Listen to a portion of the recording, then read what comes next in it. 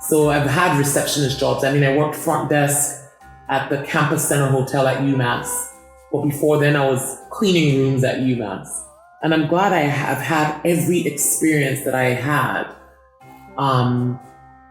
because I think it just helped me and shaped me for today.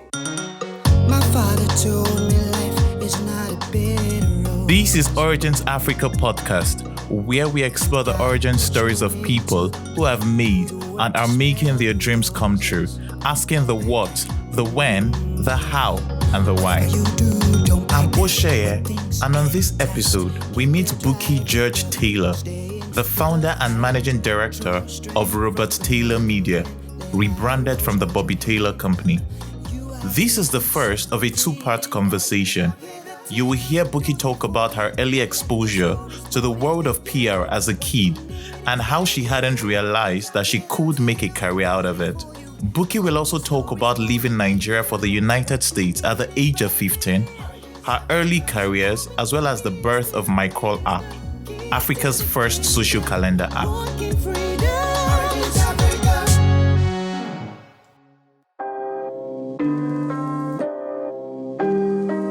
Tim Ferriss, #1 New York Times best-selling author and host of the Tim Ferriss Show podcast, in his latest book, Tools of Titans, talked about the tactics, routines, and habits of billionaires, icons, and world-class performers.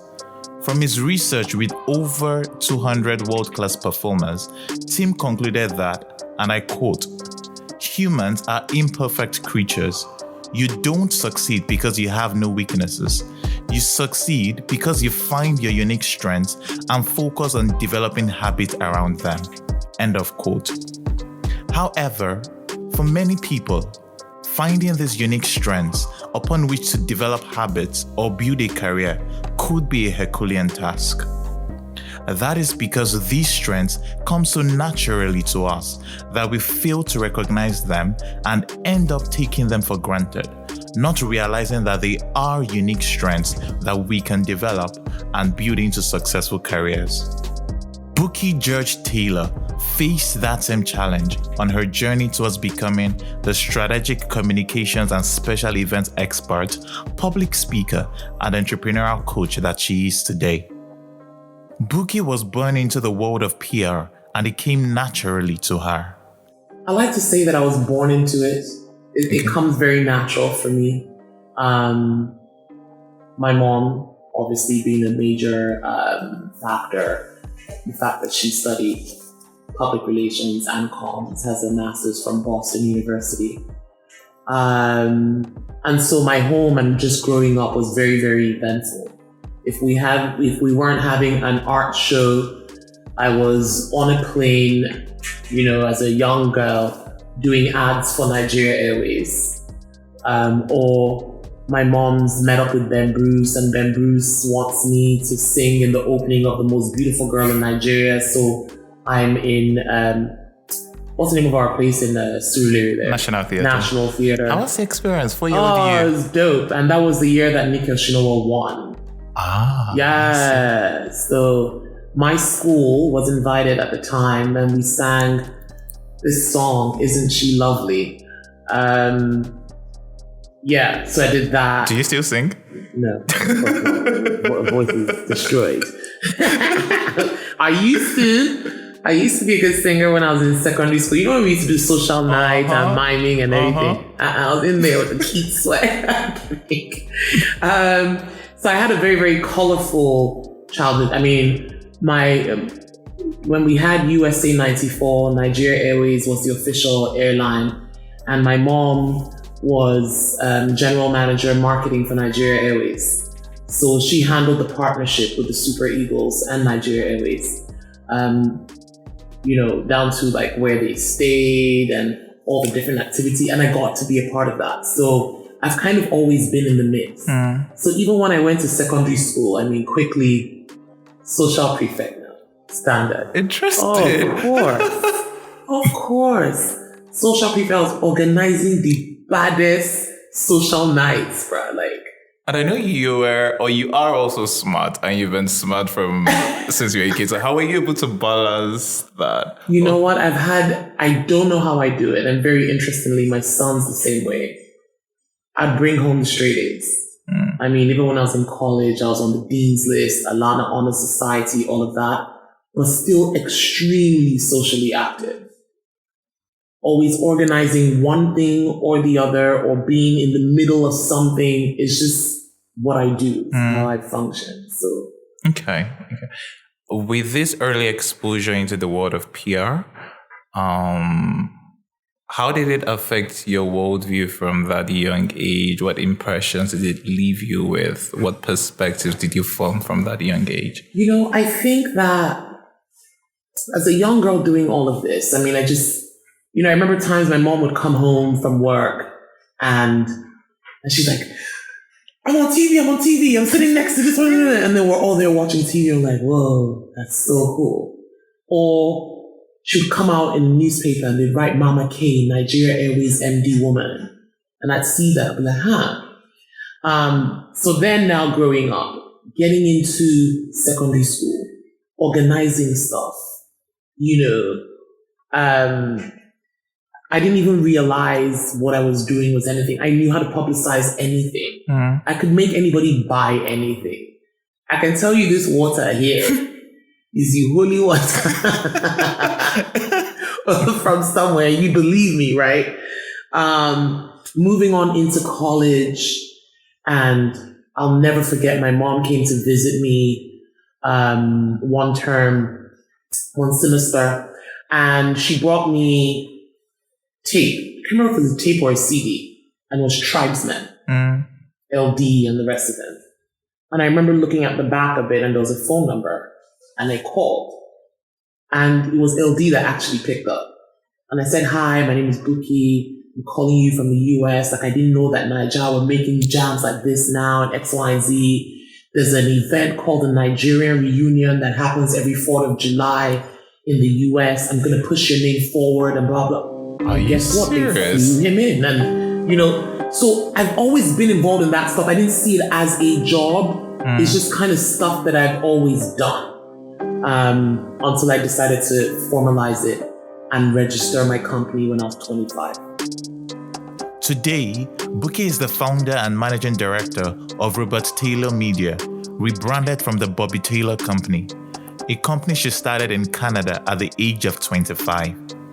And she has, over the past 10 years, conveyed relatable and unique brand stories to targeted audiences, communities, and stakeholders, providing a representation for global brands looking to penetrate the African market, whilst driving some of the biggest brand activation and campaigns in the country. Amongst them are Dubai Tourism, Moet Hennessy, Fela on Broadway, Lagos Social Media Week, GT Fashion Week, Etana PLC, British Petroleum, D'banj, LD, MI, and many others. Bukky has also been featured on publications such as Forbes Africa, Business Day CEO Magazine, These Days Style, Genevieve Magazine, among others. But initially, even though Bukky had been born into the world of PR, because it came naturally to her, she hadn't realized that she could make a career out of it. You will hear Bukky talk about this soon. In fact, as a kid, Bukky's dream was to be an investigator. I wanted to be an investigator.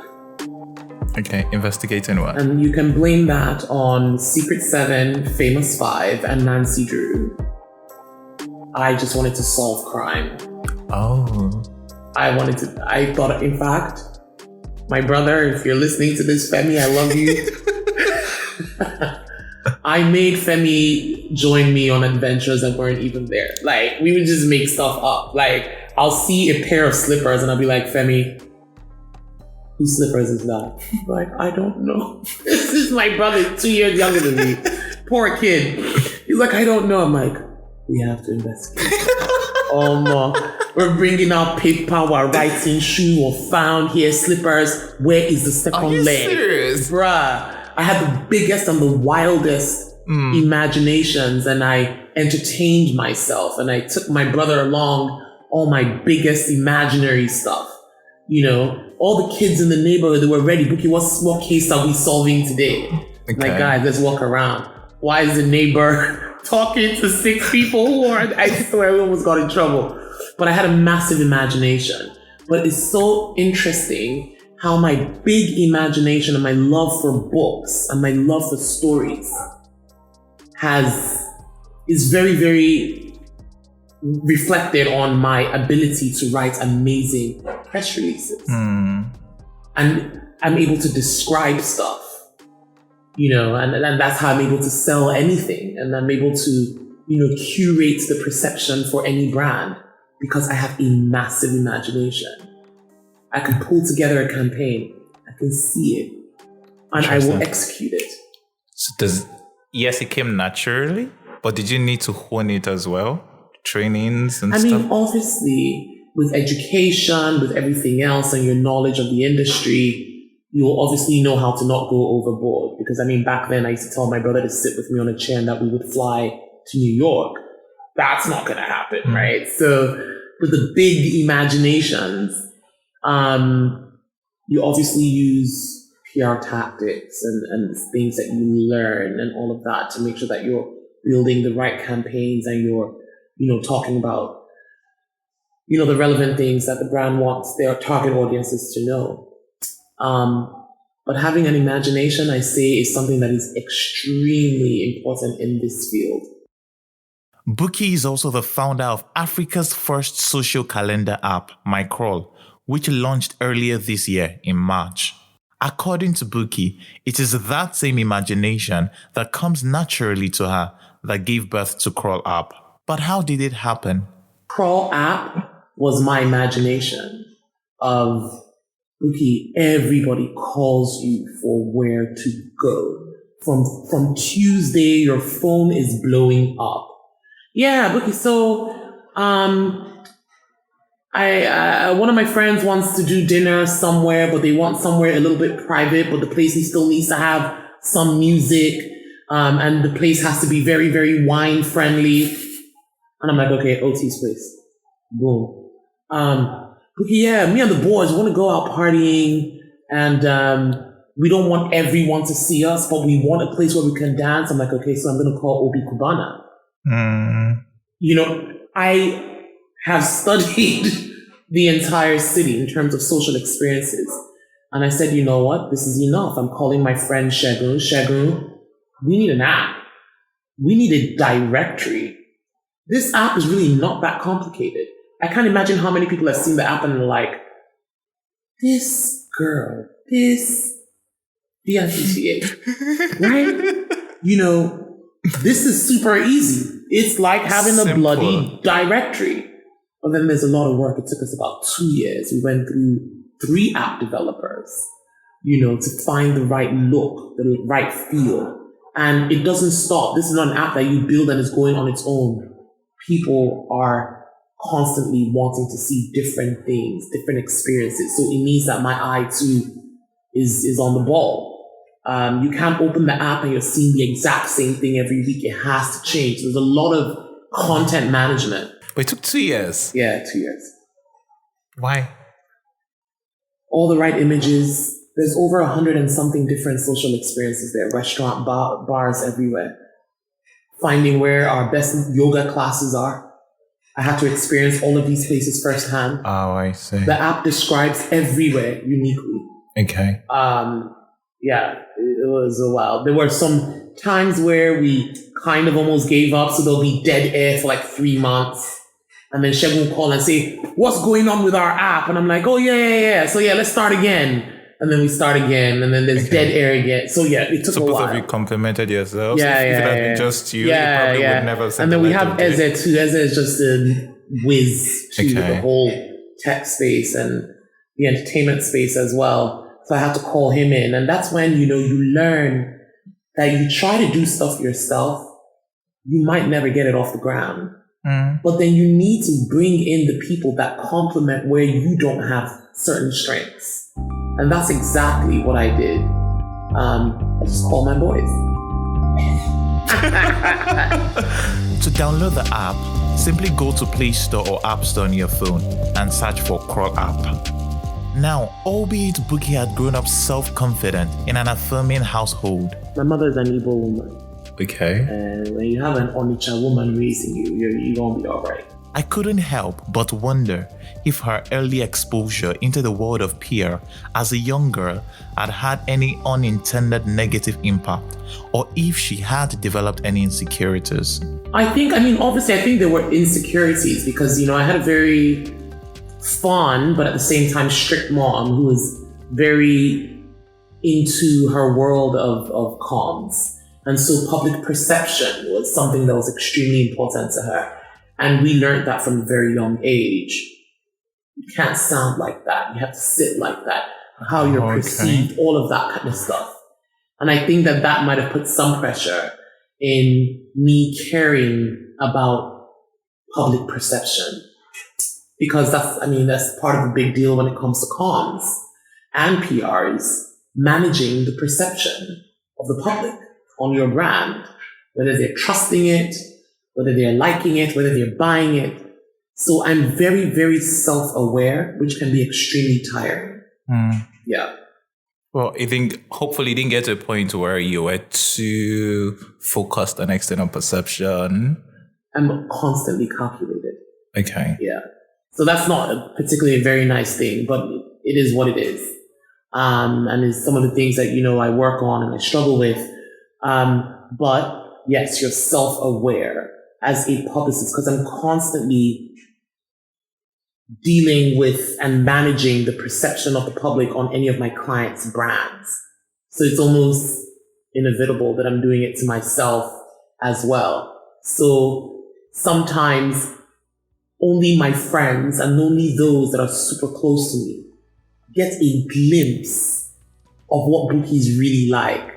But then I think that so before we started talking, that was Bukky. Yeah. But then, before we started the show, that was Bukky. But I can bet you nobody except my inner circle has ever seen me in that light. I have my game face on 24/7. And it can be tiring. Because I was about to ask, doesn't it get stressful? No, it does. It's tiring. But then, of course, I have good friends that allow me just unleash. Like, I'm a major clown. People don't know that. They just see, Bukky, but we say, no, hey, it's like, guy, I can make all of you laugh. Put me on stage. Interesting. Yeah. At the age of 15, Bukky gained admission to the University of Massachusetts to study psychology.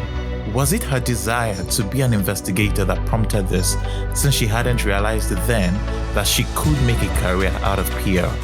You know what? I don't know why I studied psychology now that I think about it. If I could go back, I would have studied comms. Right.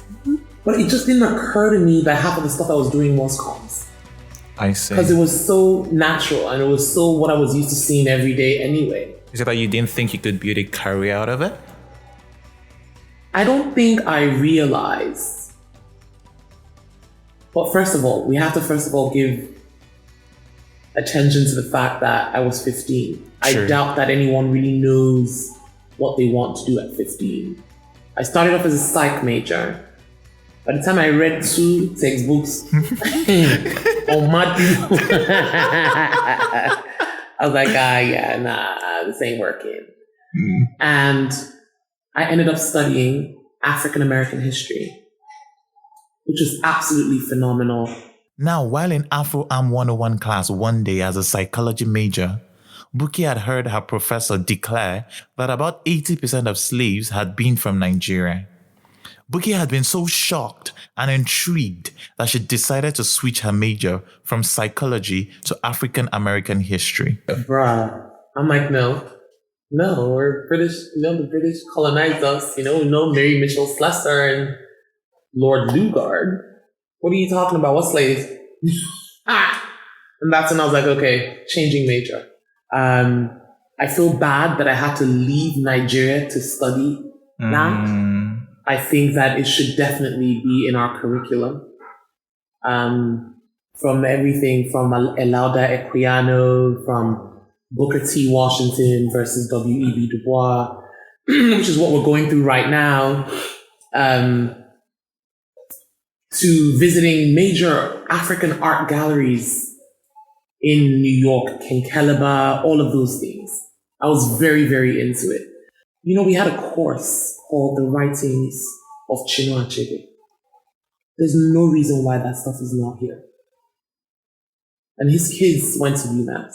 Okay. But The Writings of Chinua Achebe is an actual course at the University of Massachusetts in Amherst. Interesting. Yeah. There's no reason why it's not a course here. And that's one of the things that kills me. And I pray that one day, all my boys, all you guys, get into power because we need a full rebrand. I agree. Of the entire country. I agree. Yeah, we need to kind of focus on our own stuff. Did you need to tell your mom before changing, or you decided? She never knew until I graduated. Why? Without a video. Yeah, she found out much later. And how did she take it then? She was fine. I think she always knew I'd be okay. So, what did studying African American history do for Bukky as a student? It made me look at the average African American as my long lost brother and sister. That's how I saw it. I didn't see myself different from them at all.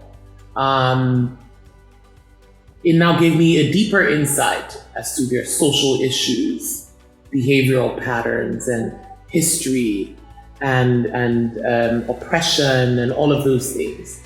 It gave me a very, very deep insight.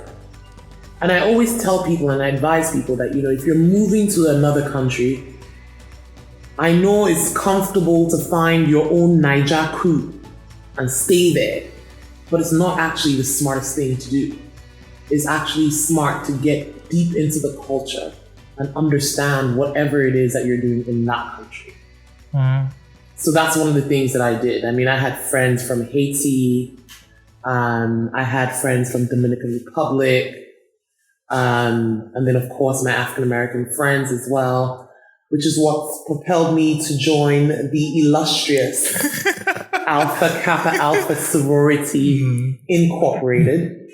President of my chapter in school, vice president of the Black Student Union, vice president of the National Pan-Hellenic Council. I got involved.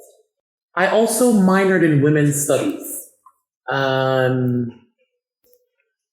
My direction with women's studies was actually studying African American women and the judicial system.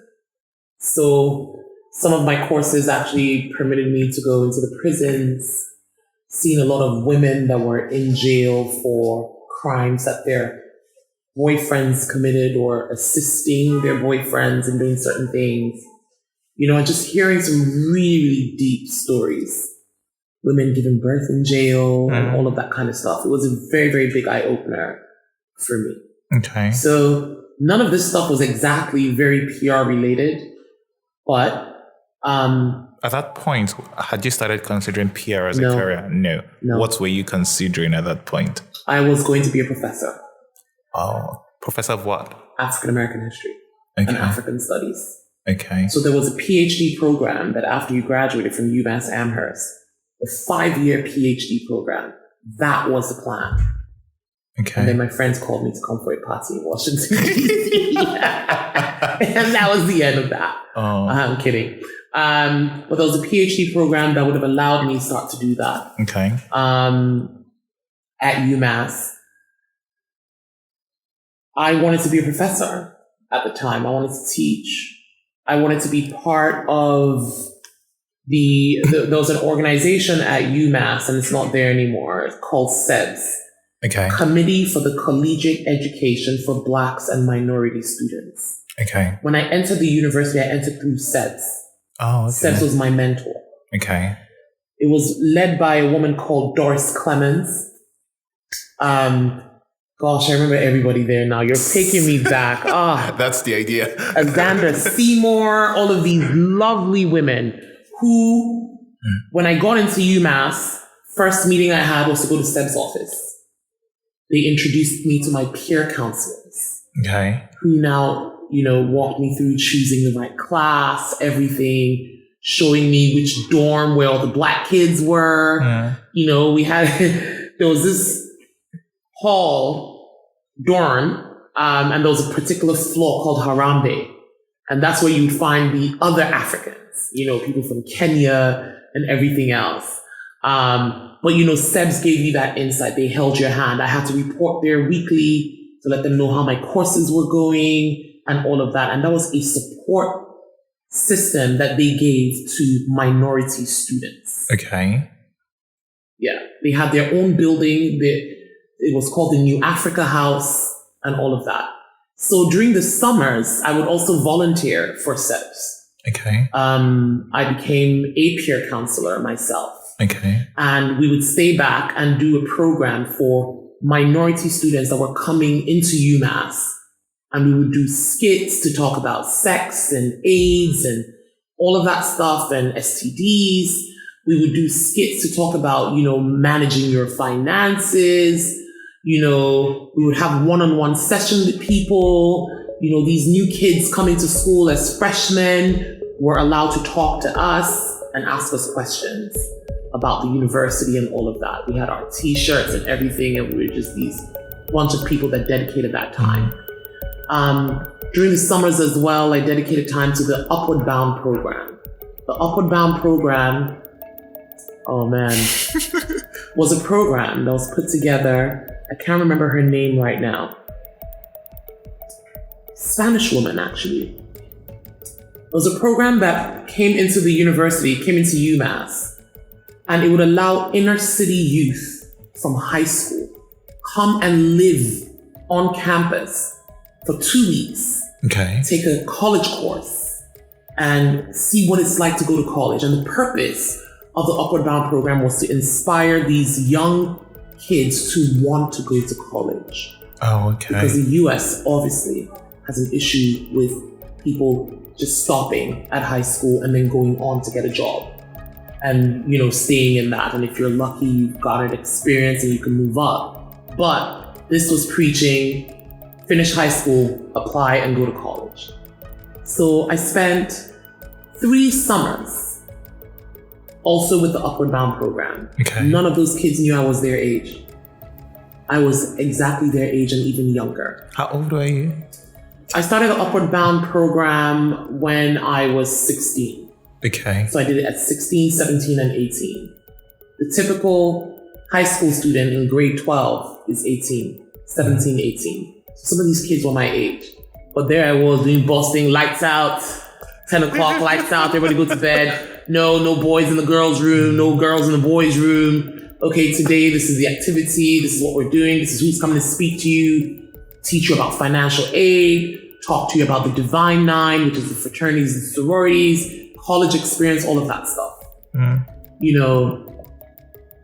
There was one particular girl that stuck out to me. Her name was Jessica Vasquez.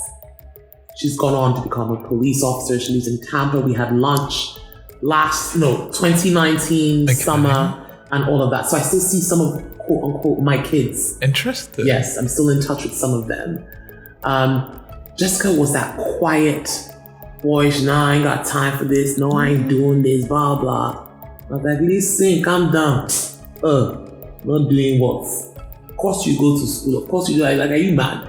I couldn't even understand. Like, what do you mean? And you know what? She went on to college. She did all this amazing stuff. And she's doing really well. So the Upward Bound is definitely a program.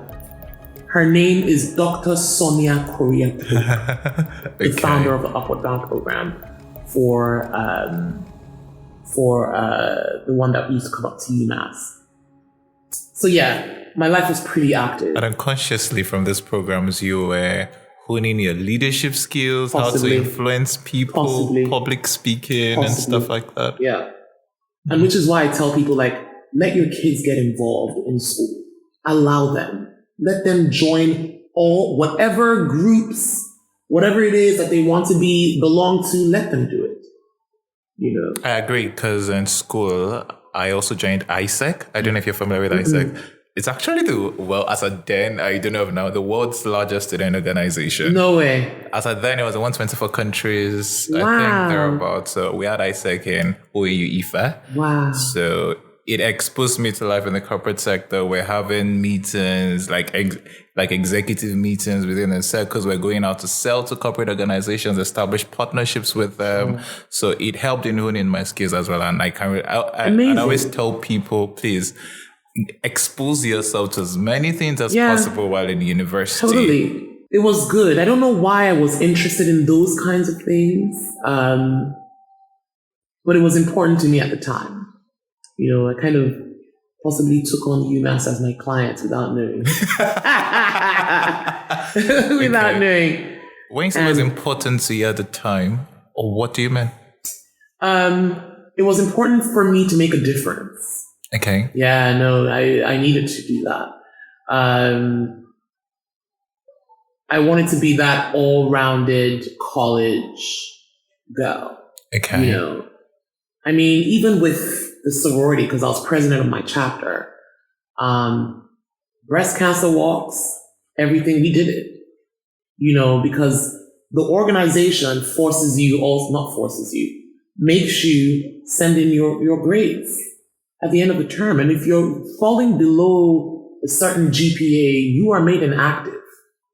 So when people see sororities and fraternities and they're thinking that, you know, cult member, we had to complete programs.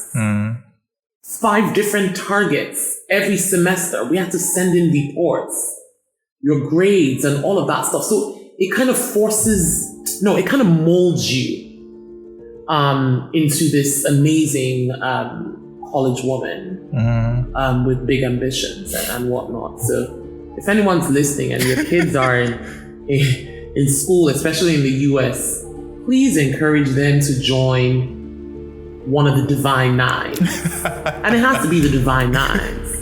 Alpha Phi Alpha, Kappa Alpha Psi, Alpha Kappa Alpha, Delta Sigma Theta, Iota Phi Theta, Sigma Gamma Rho, Zeta Phi Beta, Phi Beta Sigma, Omega Psi Phi. Who have I left out?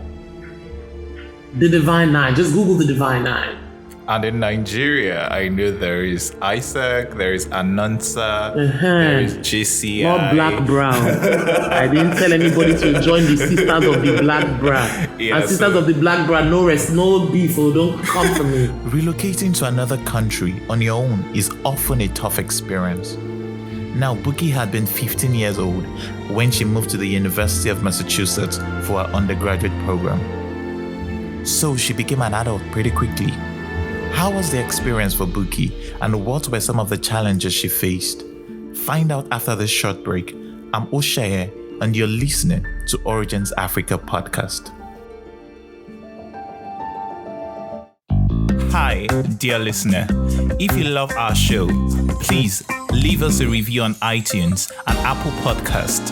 You can also send us a tweet or comment on Instagram at OriginsAF. We love to read from you. Nope, not later. Yes, I read your mind. Do it now. Thanks a lot. Also click the subscribe button and share with a friend. Let's make a difference together, one origin story at a time. Catch our 1-to-1 newsletter where we share with you one lesson, 2 quotes, and 1 question from each episode published.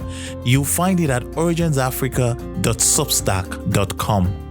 originsafrica.substack.com. If you like it, please click the like button, leave a comment, share with a friend, and subscribe. Also, you can now watch video snippets of some of our guest interviews. Simply go to Origins Africa Podcast on YouTube, Origins Africa Podcast. Don't forget to subscribe, like our videos, and share. Let's make a difference together, one origin story at a time. Hi guys, welcome back to Origins Africa Podcast. So, at 15, Bukky traveled to the United States to commence her undergraduate program. How did she find it? I think I had a bit of a soft landing because, my mom's brother lives in the US. Okay. So when I got there, I did one term of high school. Okay. Because he didn't think I was ready at that age. Oh, okay. So I did high school for one term, which was an absolute disaster. I hated it. I went to Marlborough High. Okay. Yeah, and everybody called me Brandy because my hair was braided from Lagos. But that's, yeah, I'm like, no. Just because my hair is braided doesn't mean I look like Brandy. So just did that for a term, just to kind of get me into the system before I was shipped off college. I don't think it was that much of a big deal, honestly. I wouldn't do it with my child, send my child to school or anything like that at that age. I wouldn't do it. But schools are not even the same anymore for me to have that confidence. Back then, boarding school, UMass would have been a joke. We went from 20 girls in one room, 10 bed bunks with mosquito nets to AC and 2 of us in a room. That's a holiday. Are you kidding? I'm like, for real? We're chilling. You know, went from slab of pavements and showers and carrying buckets to your own bathroom. No. Of course I would have survived. Okay. Yeah. I didn't think that it wasn't anything over. I was excited. Okay. I was super excited, and I'll never forget. I didn't know there was anything wrong with being that age.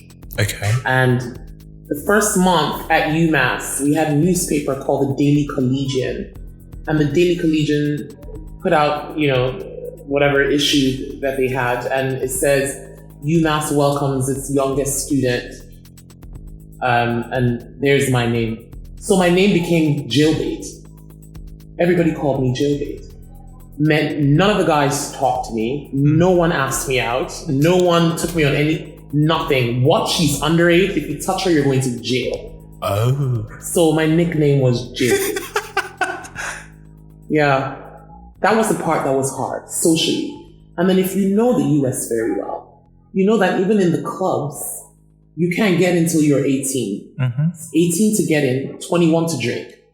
So all my friends are going out and I couldn't go. I solved that pretty quickly. I won't say it on air, but it was solved. It was handled. Okay. The matter was handled. Okay. I know you also got jobs. Oh, yeah. My first job was at the W.E.B. Du Bois Library. I was a student law librarian. Why did you feel the need to work there? Dude, listen. I was there, I'm like, wait, I can work and get dollars. Of course. Are you kidding? I'm not waiting for my mom to send me. I can do all this stuff you asked me to do, and you guys will give me a paycheck? Oh man, let's go, it's on. That was my spending money, my clothes money, and my bus money because I was a big tourist. I would hop on the bus, buy a ticket, and go to New York. Okay. Yeah. And go hang out with Banky W and Captain. Interesting. Yeah. Yeah.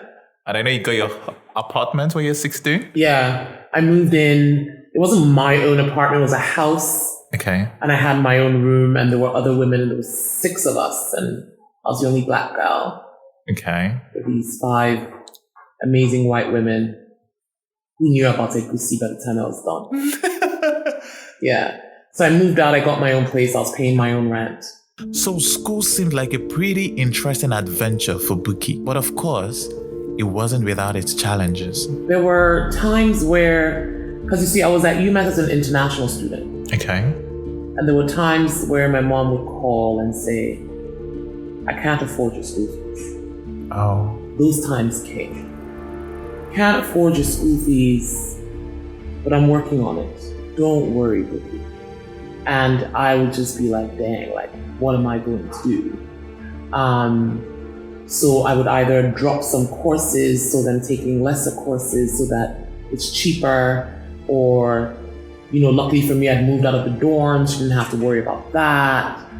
And then, of course, I would work. I would work all summer long. I would work every holiday, you know, and I think there was one really bad time where, you know, things were just really tough for her here because there was no more Nigeria Airways and everything. She retired. And I, had started looking at applying for scholarships. The sorority was extremely helpful as well because we have programs. We have an education fund. I'll give you another example. There's something called a residential assistant, and anyone that's been to college in the States knows what an RA is. When you're an RA, you're almost like dorm prefect. Okay. So you get your own room, and you get room and feeding free. So I was an RA. Okay. For a couple of years, so that I could live on campus, still go to work. I had to take care of everybody. I was there to enforce all the rules and regulations. If someone's getting into a fight, if anything like that is happening, if I need to call 911, if I need to gather all the new students and take them on a tour through campus, those things I was responsible for. And so I didn't have to pay for that. But I think my mom she did her ultimate best. And I was happy that I was focused enough to make her at least proud of her sweat. Yeah. That's great. Okay. So you graduated. Yes. And at that point, you wanted to be a professor. Yeah. And then you went to Washington, D.C. So what happened? I moved to D.C. I was working in a law firm called Cadwalader, Wickersham, and Taft. Okay. That was my introduction into proper corporate America. I worked there during the day, and at night I waitressed at Teddy Carpenter's House of Comedy.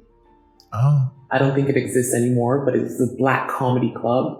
If you Google the name Teddy Carpenter, you'll see him. He's a very funny guy and has been in the comedy scene for so long. Okay. And I waitressed there at night and went to work. That's a law firm. What were you doing? I was an admin assistant. Okay. Most of my jobs and everything I did was admin assistant, executive assistant, which has really helped me now, even putting structure in my business. And that's why, I'm always fighting my admin. Shout out to Keziah. We're always quarreling. I'm like, why do you not? No, listen.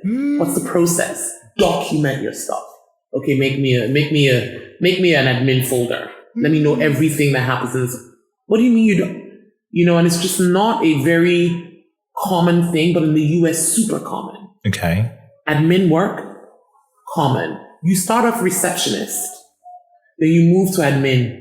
Then you can either become an executive assistant to the CEO and all of that. Okay. So I've had receptionist jobs. I worked front desk at the Campus Center Hotel at UMass. But before then, I was cleaning rooms at UMass. I've done all kinds of stuff.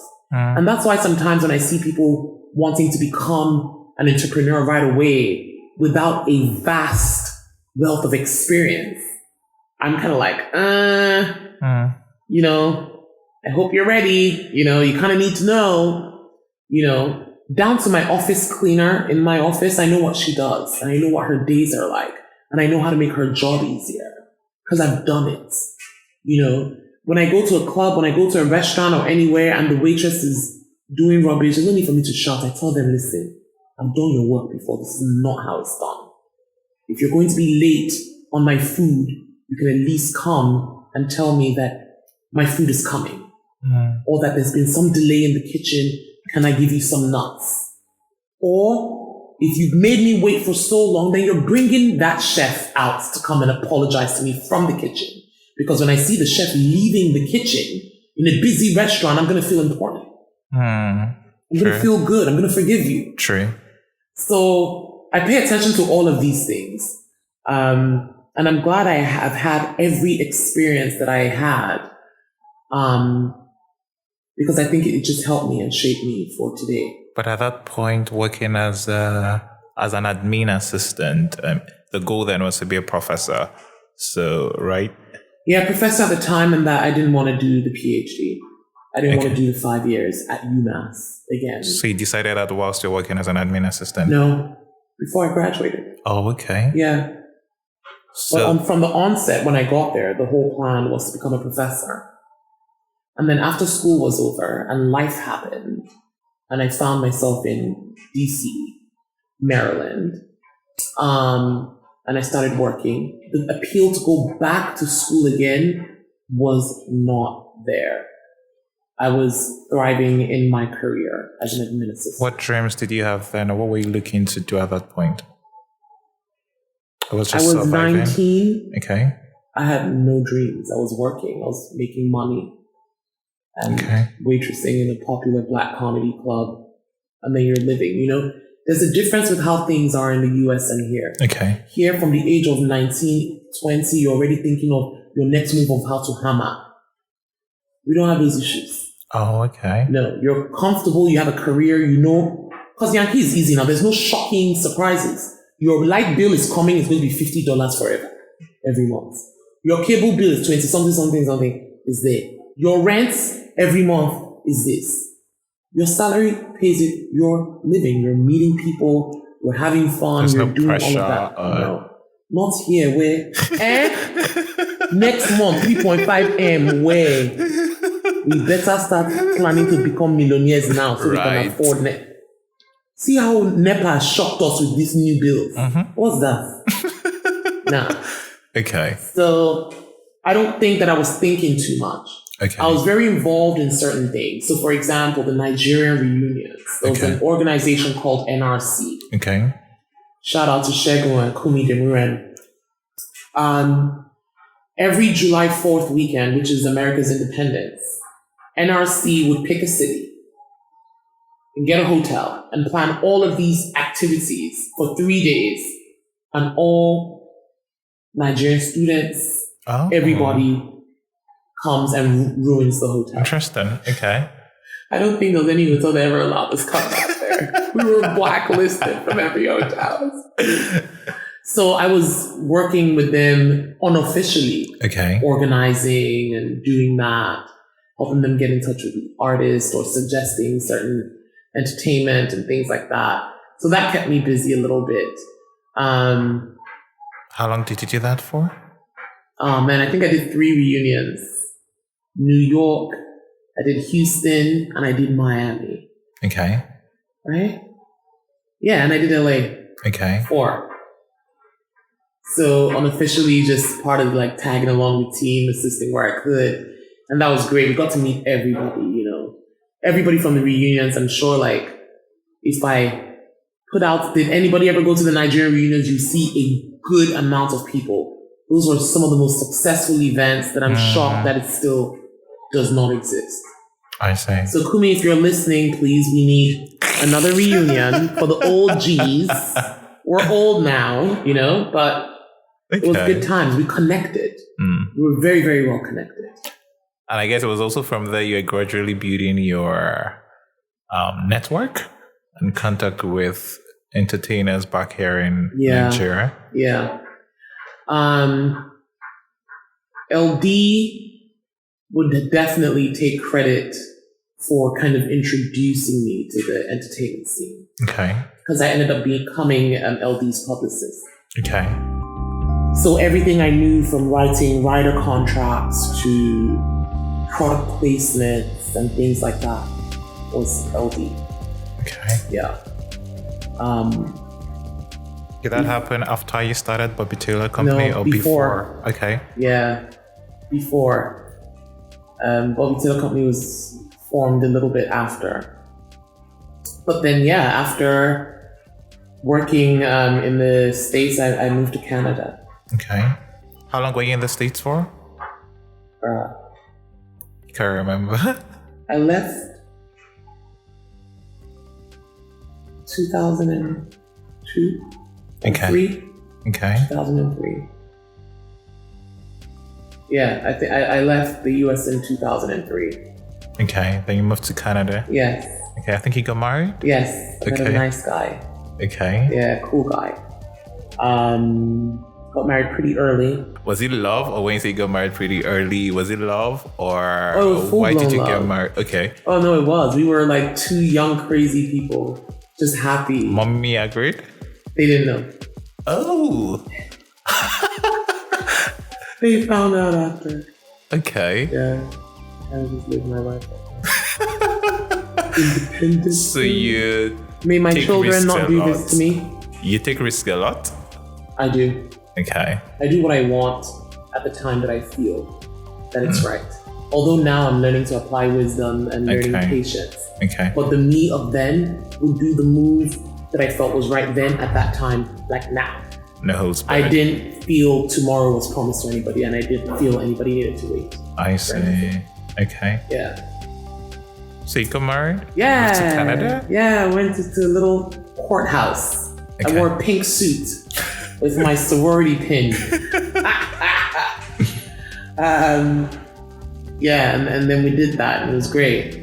And then I was working as the executive assistant to the Dean, Faculty of Medicine, University of Manitoba. So once again, I found myself back in the university. And that was fine. And then my 25th, I decided that I was going to give birth to the Bobby Taylor Company. What prompted that decision? How did Bukky start the Bobby Taylor Company? Why did she pick that masculine name? How did she break into the Nigerian market from Canada? How did the Bobby Taylor Company evolve to what we know today as Robert Taylor Media? And what were some of Bukky's mistakes, lessons, and most learned moments? Find out next week on Origins Africa podcast. Thank you for listening to our show this week. If you liked it, do leave us a review, a comment, and share with your friends. Tell a friend to tell a friend to tell a friend and to tell another friend. We would also love to read from you. So please do send us a tweet or leave a comment on Instagram at OriginsAF. You can also write to us at originsafricapodcast@gmail.com. Remember, do subscribe at wherever you get your podcast: Google Podcast, Apple Podcast, Spotify, YouTube, SoundCloud, amongst others. Catch our 1-to-1 newsletter where we share with you one lesson, 2 quotes, and 1 question from each episode published. You'll find it at originsafrica.substack.com. originsafrica.substack.com. And of course, if you like it, please click the like button, leave a comment, share with a friend, and don't forget to subscribe. Join us next time as we have a chat with Bukky George-Taylor. She's the founder and managing director of Robert Taylor Media, as well as the founder of My Crawl app. I'm Oshaya, and you've been listening to Origins Africa podcast. Bye for now. My father told me life is not a bed of roses. You gotta put your way to the plow, do the work to smell the roses. Don't back down. Whatever you do, don't back down. When things get tight, keep the drive, keep the faith, stay in the fight. Draw strength from the motherland. Let our heroes hold your hand. You are the answer, friend. Origins Africa. Hear the tales of those before you. Let their stories motivate.